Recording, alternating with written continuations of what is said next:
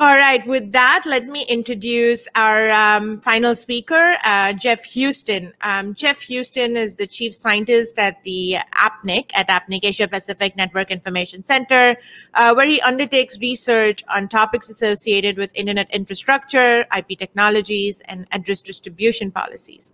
So with that, and the session is going to be really interesting. I know Angelique spoke about it a little bit in the beginning, so stay tuned for this. Geoff, welcome to the show. Just you're still waking up? Thank you so much. I know it's really early for you there. It is dark outside. That's true. Look, thank you very much for that. And it's really a pleasure to be here. The state of the internet is such an astonishingly big topic. You know, there's so much that we could talk about. How are we going with IPv6? Is the DNS still managing to do its job, or is it sinking under the strain? What about routing? Does routing even work anymore? And all this pressure with content distribution networks. What's actually happened to the shape of the network? What's the state of transit? Does anyone care anymore? Or has the entire internet been privatized by the CDNs? Who's building infrastructure? Who's left building infrastructure? So many things. But, you know, what I've heard so far has actually been operations. And it strikes me that operations is largely reactive. It's sort of, this event is happening, I need to form a response. But the underlying this system is, why is it happening? How can it happen? Why is the internet so insecure that attacks are easy and defense is hard? How do we manage to make this so asymmetric? And if you go one step further in that how and why, you start to wonder about, what's the state of the technology itself? Are all the preconceptions, rules of thumb, all the decisions that even vendors make before it gets into operations necessarily reflective of what we really know, or is it just some mythology from 30 years ago? So I'd like to drill down on that very fundamental question: what do we know? And more importantly, what's changing and why? Because the internet is not chiseled in granite. We didn't have our best ideas in 1980 and then, you know, stop everything. We still have really good ideas, and things are changing. Things are changing quite radically. It's just sometimes it's not visible. Yes, it's pretty obvious that CDNs and CDN providers are massive, but I'd like to look at one particular area which is quite esoteric, but fundamentally really important, the heart of the internet. I'd actually like to look at protocols. Next slide, please. So I want to talk a little bit about evolution. And this sort of verb, I think, entered civilization in our discourse way back, 160 odd years ago. Charles Darwin published what was at the time a surprising book. Originally did a paper authored with Alfred Wallace, where they discovered the same thing independently around the process of, we call it survival of the fittest, but it's the process of evolution of biological life. It's the way life forms adapt to their environment. And what, of course, happens is this is natural selection, as he termed it. That what happens is things evolve because small changes advantage the entity that's changed relative to the rest of the species. And that relative advantage becomes prevalent. Next slide, please. So let's look at the pressures that are sitting inside the internet itself. In the 1980s, the internet we built was a kilobit network, clearly. We managed to make that into a megabit network, starting with the NSFnet and moving on in the 1990s. And the 2000s, we moved to a gigabit network. And then in the 2010s, we kind of stopped. Next slide. What happened? I'm like, it hasn't got much faster in the last 10 years. We haven't gone from gigabits to terabits. We really, really haven't. TCP itself isn't much faster. Next slide. You see, the optical guys didn't see that same sort of ceiling. What's going on in optical is we're now doing terabit capacity optical systems. We're heading way, way up in terms of what we can put across a cable, but the silicon isn't keeping up. Our switching speeds are actually not managing to keep pace with the underlying photons. Why not? Next slide. I'm going to do the next slide a lot. There are a lot of slides here. If we really want to understand why TCP isn't keeping up, we actually need to understand TCP itself. And if there's one protocol, just one, that I reckon is the internet, because all the rest is wrapping. You know, you could have wrapped it around DECnet, AppleTalk. Not sure about SNA. And in fact, I'm not even sure about AppleTalk. You could have wrapped it around anything. But the beating heart of what makes the internet so phenomenally unique, so different, is indeed this TCP protocol. Because TCP protocol was one of those things that has self-adaptation, and it attempts to operate fairly and efficiently. Next slide. Now, fair and efficient are actually really, really big terms. Efficient actually means don't ever leave the ISP with bandwidth. Nothing is left on the table. If you're efficient, you go as fast as the network will let you, as fast as the clock will let you. So operators who go, yes, we operate 75%, we leave 25% for headroom. Not true.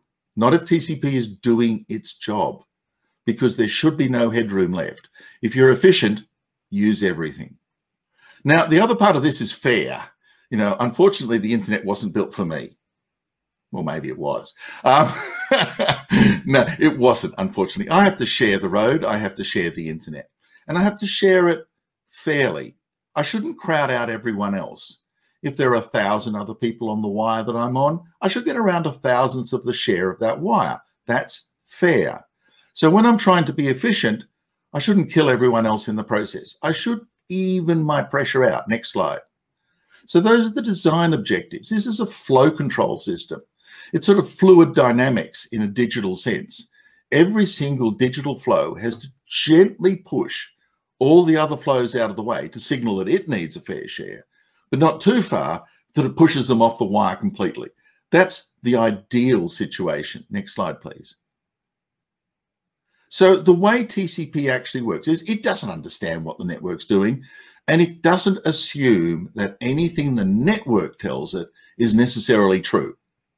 All those sort of feedback signals from the network might just be false. It might be someone else mimicking it. I have no idea. So I want to rely on signals I can trust. And the best signal I can trust is actually the echo of me. And the way TCP does the echo of me is that every time you send a data packet across the network, back comes an acknowledgement packet. And the pace of the acknowledgement packets, those ACK packets, is actually the same as the pace of the data packets as they're delivered at the receiver.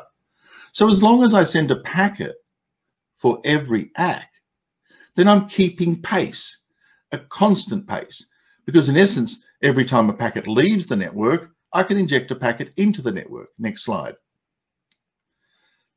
Now, the issue is, what point is that steady state achieved?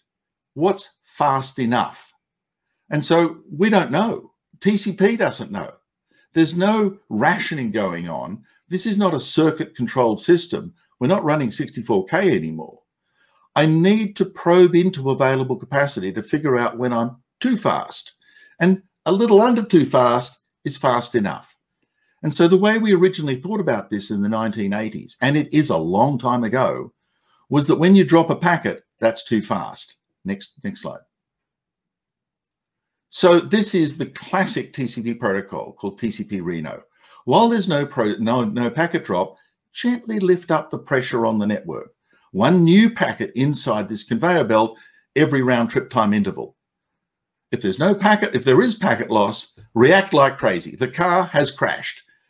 Decrease the sending rate dramatically. Drop it by 50% to halve the sender's window. Next slide. So what we get out of this is the classic TCP Sawtooth picture. That rate halving is actually incredibly important, because what goes on is that as you're increasing the pressure on the network, queues are forming. And as queues form, the queue gets bigger and bigger and bigger and bigger. Till eventually, of course, the queue fills and a packet drop occurs. When you rate halve, you actually go silent for one round trip time. And what you want is the queue to drain completely in that round trip time, so that when you start again at half the rate, the queue is empty and you can do it all over again. So this is the classic sawtooth response of TCP. Next slide. So the theory is that if you're memory sized inside the network, what the operator's doing in the network matches what the sender protocol is doing over in the host, you can actually make this queue behavior precisely aligned. So how big should the memory inside the network be? How big should those buffers be? Well, interestingly, it should be the size of the delay bandwidth product. So if you're driving a gigabit link over a 1 second delay, you actually need a gigabit of memory, really fast memory in your line card to make all this work. The queue size is the delay bandwidth product of the link it drives. That's the rule of thumb that vendors have been building to for the last, 30 odd years.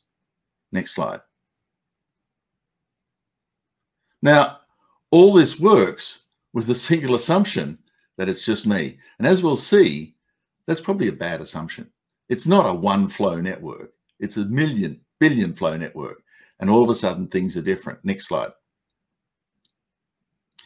So this is what I've said. The size inside your network, what you provision, is bandwidth times round trip time. And that was a result published in 1994.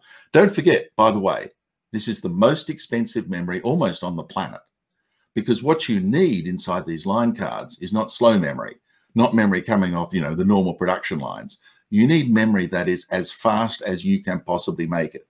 Because if you're trying to go at a gigabit speed, you actually need memory that can give you gigahertz bandwidth. And that is not easy. Next slide.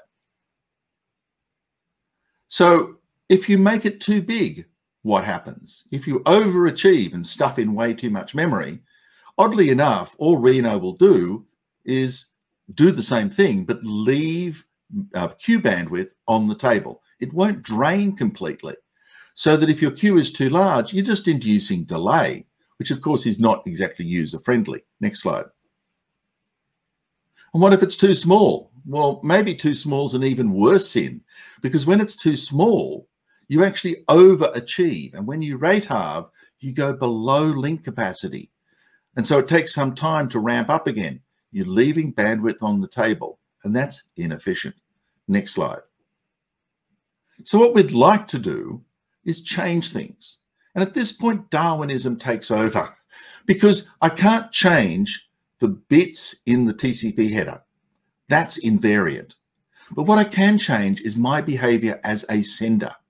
And the real question is, can I alter that algorithm to actually be no less aggressive than everyone else? I want my fair share, but maybe eke out corners of bandwidth and capacity that other folk aren't doing. Maybe I should be a little bit more responsive, react faster.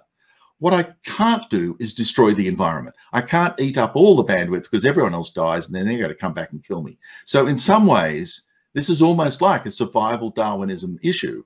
I need to be just a little bit better than everyone else if I'm going to take advantage of the situation and thrive. So this is what's been happening for some time. Very few folk use Reno now. Next slide. We've done all kinds of theories. There's been a zillion PhDs on the topic, and some of the ideas are quite unique. One of them, which I kind of liked, was, well, if I get 1/1000th of the share of the bandwidth by using Reno, why don't I multiply all my factors by 2? Instead of rate halve, I rate quarter. Instead of increasing by 1 segment every RTT, I increase by 2. I behave as if I'm 2 sessions. Well, 3, 10, 1,000. Why don't I oscillate at a very high frequency? Mul TCP is the way that algorithm works. And in limited applications, it's actually not bad. But overall, you tend to consume the network, destroy the environment, and everyone's unhappy with you. So are there other methods? That linear increase, for example. Next slide. What if we explore mathematics and use a polynomial equation like, a cubic? And interestingly, what you do in a cubic equation is move very quickly to what you think is the sweet spot, and then oscillate more slowly around that spot of packet loss. And if there is, if you will, available headroom, again, you move very quickly to occupy it. Next slide. Now, the sawtooth pattern of Reno is changed in cubic to almost a polynomial-shaped pattern. But what you actually find is that it tends to oscillate around packet drop. And what that means is the queues are always full. The bigger the queue, the longer the delay. So in this case, what's going on is that the queuing factor inside the routers is actually decreasing performance, not increasing it. That's bad. Next slide. So cubic can react extremely quickly, faster than Reno. It's adapted in that sense. But in some ways, it's slow in terms of it's putting packets inside buffers and it takes time to drain them. So it exacerbates buffer bloat. That's bad. Next slide. The real problem is in all of this, it's not one flow. And all of the work so far in terms of flow control has actually been about a single flow. And the idea is, well, if it works for one, it'll work for a billion. Not true. Next slide. Because in some ways, it's about how these flows self-synchronize. If they're precisely in phase, then yeah, it's all going to require the same buffer space. But what if they're out of phase? Well, oddly enough, it's going to only require half the requirement of buffer space. Next slide. So in some ways, we can do a lot better than this if we think about the problem we're solving without changing anything and just looking at the interaction of multiple flows. Oddly enough, you don't need anywhere near the memory you thought you needed in your router. You need that bandwidth delay product divided by the square root of the number of flows. If you're taking 100,000 flows across a switch, you only need 1/100th of that delay bandwidth product. This was actually quite an old result, 16 years old, but vendors are still selling you enormous amounts of memory that actually is just really adding to delay, not adding to performance. Next slide. So why do we actually have buffers? Why do we actually put packets in a holding room before sending them out on the wire? And there are two reasons. One is, of course, multiplexing n flows into one. If they all arrive at the same time, everyone else has to wait for the first one to go out, n into one. But there's another reason as well, and that is most hosts are incredibly ill-mannered, impolite. They burst, and that's the wrong thing. When you burst, some buffer in the network needs to splay that burst out and even it out and make you a more polite sender. What if you were more polite? Next slide. What if you rate paced?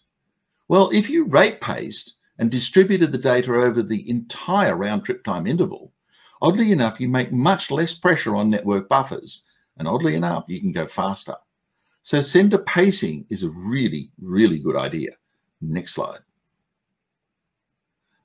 If we all paced, if we all were polite to each other and actually paced that information out, we'd actually find we hardly need any buffering at all because we wouldn't form standing queues. And the amount of buffer space we need is actually much the same as the log of the average flow window size. And as long as that is effectively spaced out, it's a really, really tiny number. Why is this important? Next slide. Because if we can change the demands on memory, we are winning. Oddly enough, silicon hasn't all gone at the same speed. Processors have gone a huge amount faster, but they've gone faster over the last 40 odd years because of parallelism, not because of fundamental increases in the clock speed. Memory is really just a clock speed problem. And oddly enough, over that same period, memory speeds have gone up by a factor of 10, really, really slowly. So when we've got these ultra-fast networks, we haven't got memory to keep up with it. Next slide. Why is that important? Because the chip. Because when we're designing a switching chip, we have to design the switch and we have to figure out how to do the memory for that switch. If it's on-chip memory, then it can be quite fast, but the chip size hasn't changed an awful lot. So on the chip, 16 meg to 64 meg, no more. Now, if you do, I'm going to go external memory, that's great. You can get gigs of memory. But now you've got an external memory interface, you've got a bus, you've got all kinds of tricks to make it go. But that also takes up chip space. And oddly enough, on a switching chip, you actually spend up to 60% of that real estate to do memory control. If you can reduce the memory and actually say, I'm only going to use a fraction of the memory of the delay bandwidth product, you can make switch chips which are awfully fast. Next slide. And by awfully fast, I mean, wow, 1.8 terabits of switching capacity. This is how you make silicon work as fast as optical. You make it work by having only 16 gigs of memory on board on the chip. Interestingly, it even has in-band telemetry. But the key thing is it has no memory, almost none. How do you have a protocol that can use that? Next slide. So now the pressure in terms of Darwinistic pressure is to actually understand flow states as they relate to queues and memory buffers. Next slide. Because what you're trying to do is actually optimize at the point when the queue forms, that point at the left where the round trip time starts to increase because the queue is forming. Because at the receiver, once queues start to form, you're getting no more data delivered to the receiver.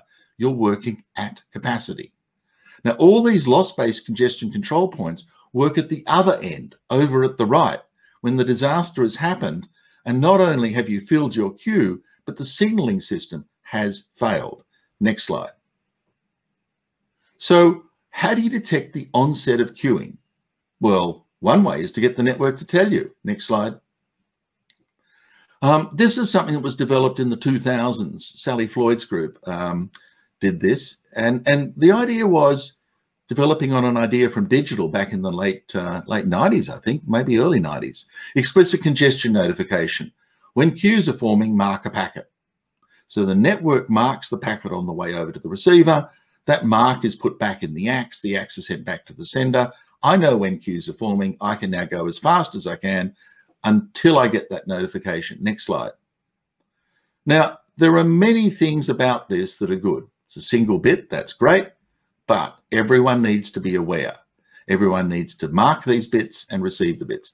Apple experimented with putting those bits in. Hasn't been a success. Why not? Next slide. Because it's a bit like security systems. Security only marks what's good. And if everyone does it, then if it's not marked, it's bad. But if only half of you mark what's good and it's not marked, I actually don't know if it's bad or not. I have no information. So unless everyone does it, it doesn't really work. And that's the same with ECN. Partial adoption is a signal that says, meh, well, nice try, but useless, which is a lot about security too, but that's a different talk. Next slide. So we can't make the network do the marking for us. We have to do it ourselves. We need to detect the onset of delaying. Next slide. I told you the slides were fast. We could use a system that actually detects the onset of queuing, not by making massive adjustments in response to packet loss, but by making small adjustments continuously that detect the onset of queuing. So you're constantly pushing in going, did a queue form? Did a queue form? Did a queue form? Next slide. And this is the principle behind a protocol recently, well, not recently, it's about 6 years old now, developed inside Google called BBR, bandwidth delay. So what it does is it paces the sending packets, pacing is good, and it probes every 8th round trip type interval. And the way the probe works is increases the sending capacity by 25%, which is a pretty big increase for one round trip time. And then it decreases it by the same amount for the next round trip time to drain the queue. And it looks very carefully at the delay, the round trip time delay on that probe when it increased by 25%. If the delay didn't change, yahoo, we're in business. Increase the sending rate. Keep up at that 25% increase and do it again in 8 RTTs later. If we found a little bit of delay, whoops, we've actually managed to trigger queuing. Don't make any changes. Don't alter the path bandwidth estimate because of packet loss. Why not? Because packet loss is erratic. Ignore loss, just look at delay. Next slide. And so now, instead of having a sawtooth, we have an entirely different profile. that we actually establish the fair and efficient sending rate, network capacity, by basically probing into the network queue in short, sharp bursts, which actually take very little buffer space. You can actually build gigabit networks with megabit buffers, and that's a fantastic result. Next slide. The problem is, of course, fairness. And when mammals and reptiles meet, one or the other has a problem. And when loss-based systems and delay-based systems compete, one or the other is going to have a problem. Fairness is an interesting question with BBR, because what it does is it doesn't back off with packet loss. It keeps the pressure up. And so when you put a single cubic session to compete in red with a single BBR session that comes along 20 seconds later in green over a 10 gig wire, about a 30 millisecond round trip delay, BBR just wins. BBR is much, much better attuned to actually running at network capacity with making minimal demands on memory. Cubic, the reptile, doesn't. It relies on massive memory buffers to work efficiently. When BBR comes along, it kind of dies. Next slide.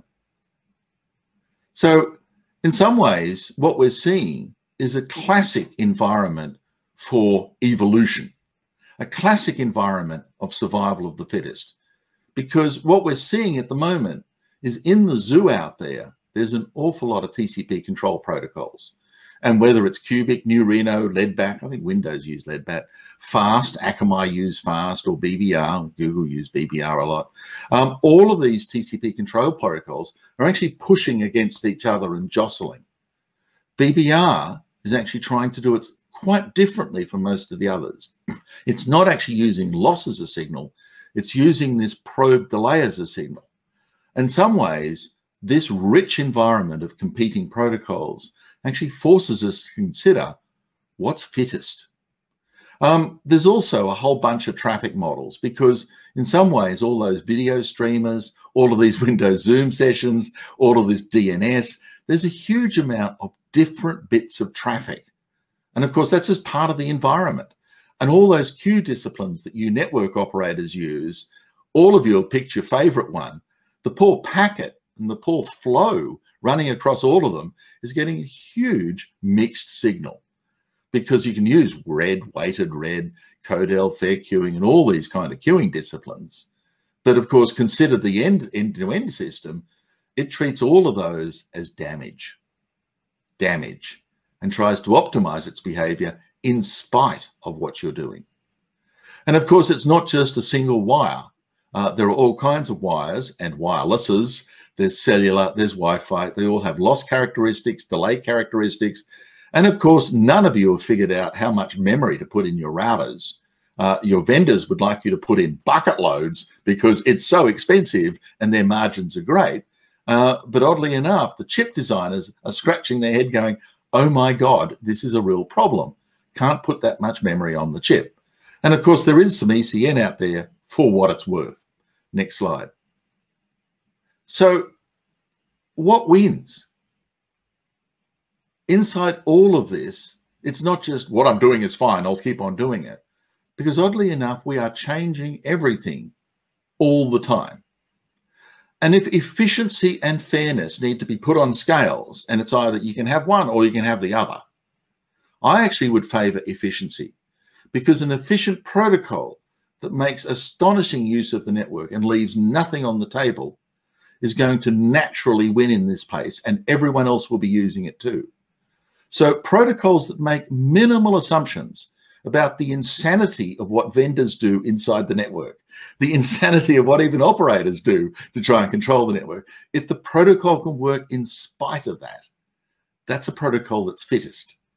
And my suspicion is that protocols that constantly use feedback, that regularly, every 8 RTTs or even more, probe into the network and try and sense the network, are going to be far more robust and actually alter the internet fundamentally and put up an entirely new model of the way we use communication systems than the protocols that rely on irregular car crashes. Packet loss is a disaster, and driving our networks from underutilized to disaster to underutilized to disaster is a hopeless way of running a network. It's a hopeless way of running a road system. It's a hopeless way of running any of these systems. We need to change to make the internet run faster, run more efficiently. And the issue is right now, it's not the network anymore. Putting tricks, putting facilities, putting services inside the network infrastructure only makes life worse.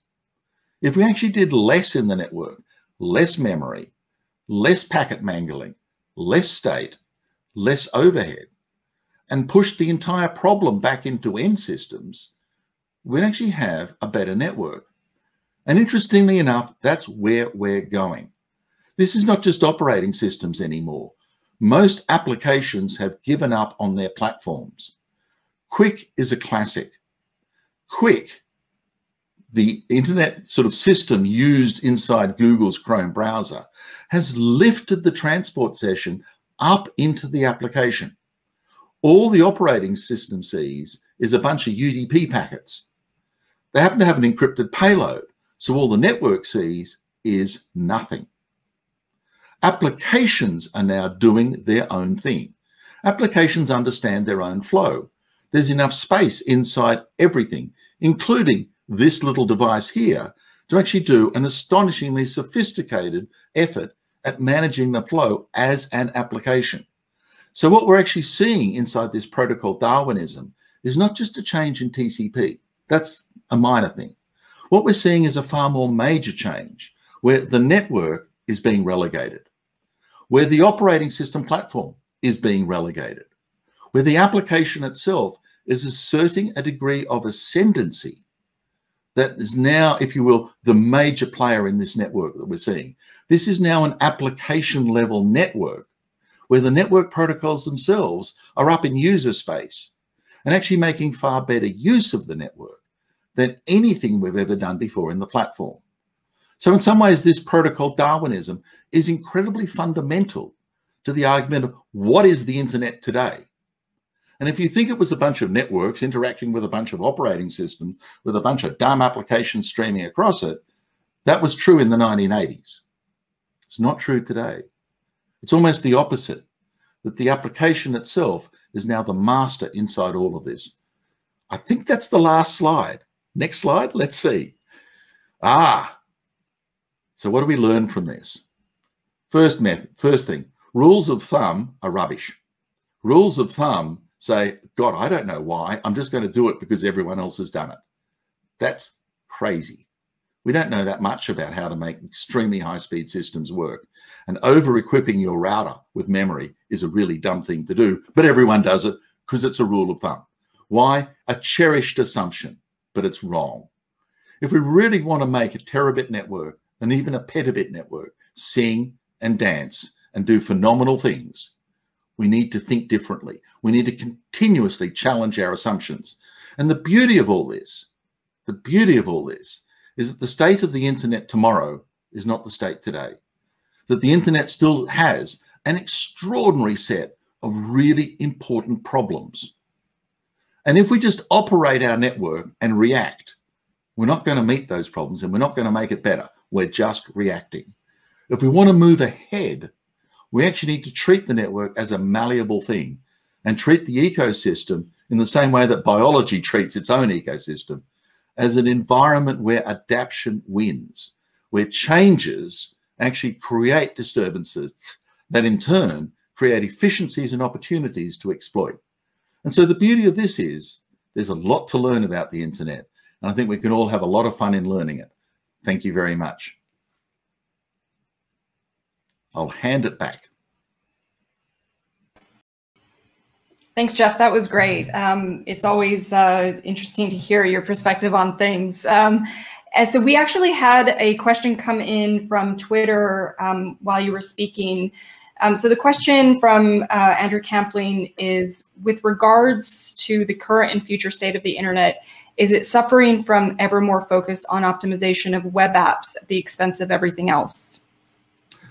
Hi, Andrew. It is web apps rather than everything else. Well, in some ways, I suppose, we managed to create a security infrastructure out there, a set of ever narrowing apertures where the only thing that makes it through these paranoid devices is TCP port 443. And this is really sad. This is really sad, because in some ways, if that's the only thing that gets through the aperture, that's where we all crowd. Right. Now, if we hadn't been so stupid in developing paranoid security systems that just did damage and actually tried to understand the problem we were really trying to solve, we wouldn't be in this mess. But these days, if I want a protocol that works, even the DNS, and I don't use port 443, then I'm in a really sad place. And so what we actually find is there's a bit of UDP and a bit of TCP, and everything else gets dropped. We found with the V6 transition, we wanted to use a new protocol number 41, IPv6 and IPv4, disaster. Why? Firewalls. We tried all kinds of tunneling mechanisms, disaster. Why? Firewalls. And so in some ways, everything is a web app because that's the only thing that gets let through. It's not because web apps are good. It's probably crud. It's probably really bad. But if that's the only way to make it through, pragmatism says, that's what I'm going to use. Everything else gets layered above that. And so, yes, Andrew, sadly, even the DNS is now a web app. Yeah, I guess I shouldn't ask for your opinion on DNS over HTTP. You just got it.